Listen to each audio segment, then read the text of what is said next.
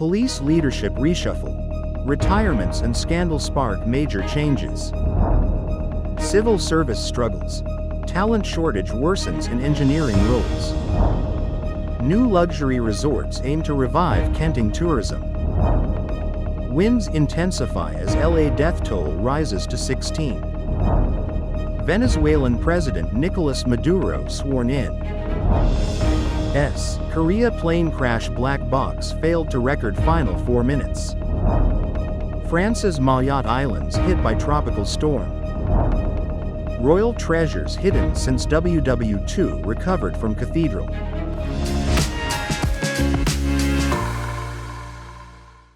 Hello, I'm Johnny. Thank you for joining us on Funday News. It's Monday, January 13th, and here are your top stories.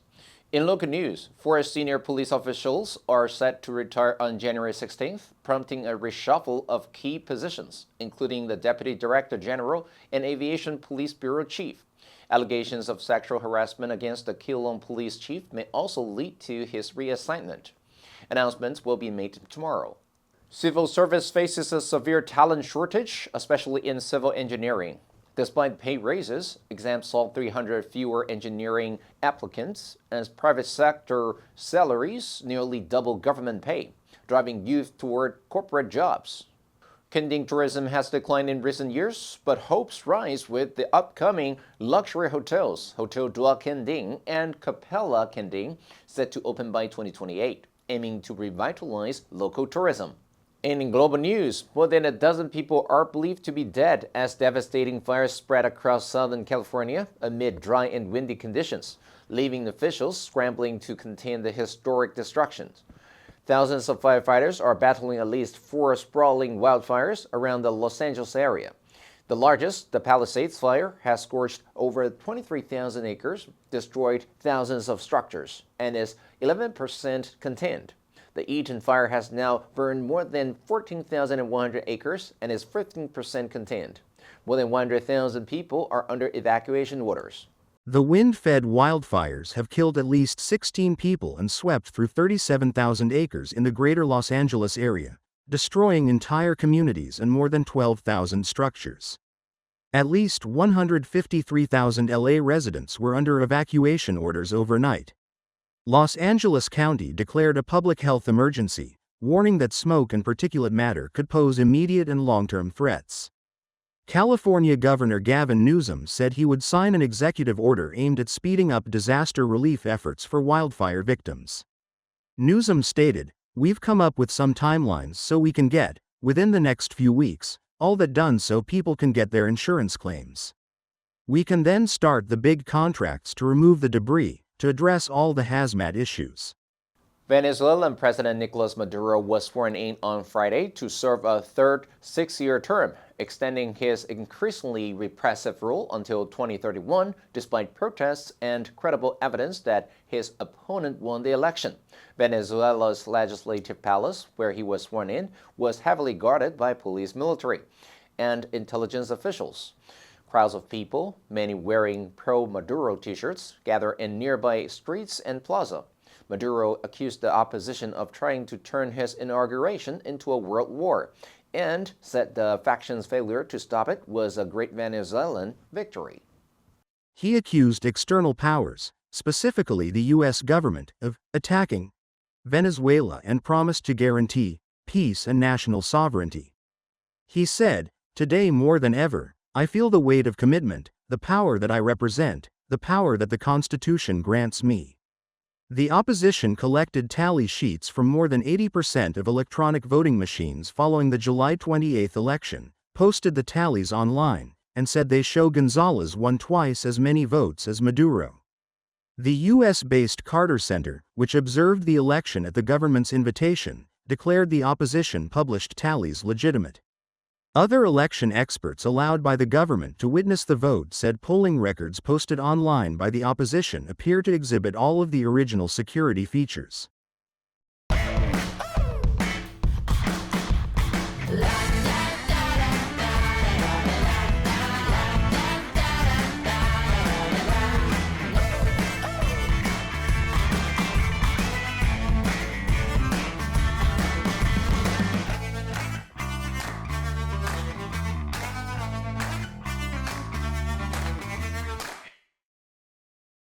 The black boxes of a Boeing jetliner that crashed in South Korea last month stopped recording before the accident, possibly complicating the investigations into the cause of the disaster that killed 179 people.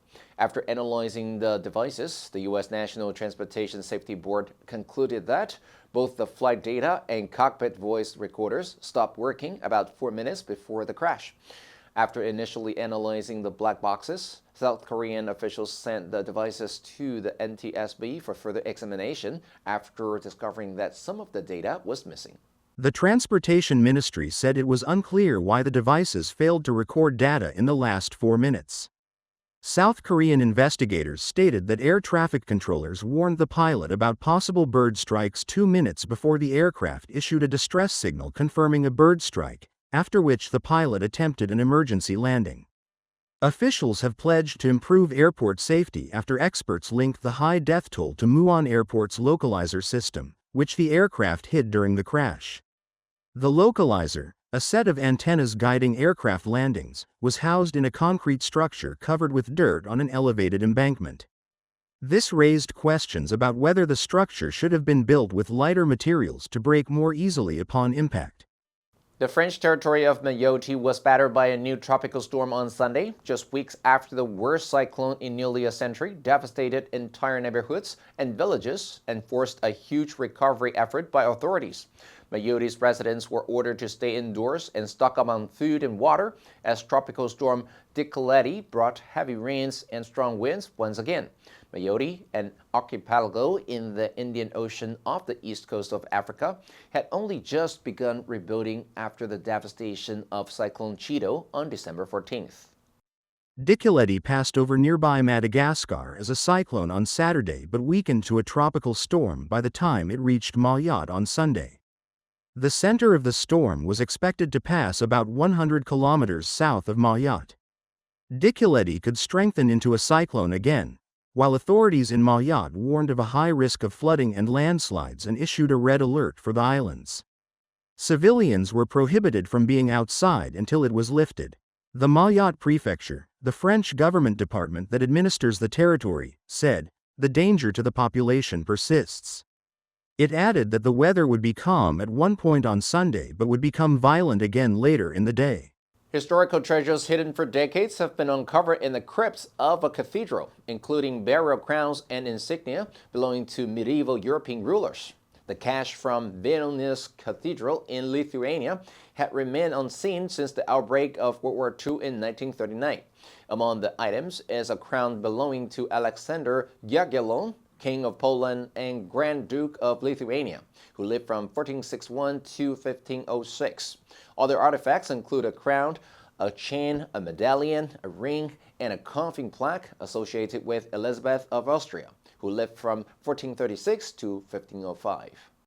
There was also a crown, a scepter, an orb, 3 rings, a chain, and coffin plaques associated with Barbara Radziwiłł.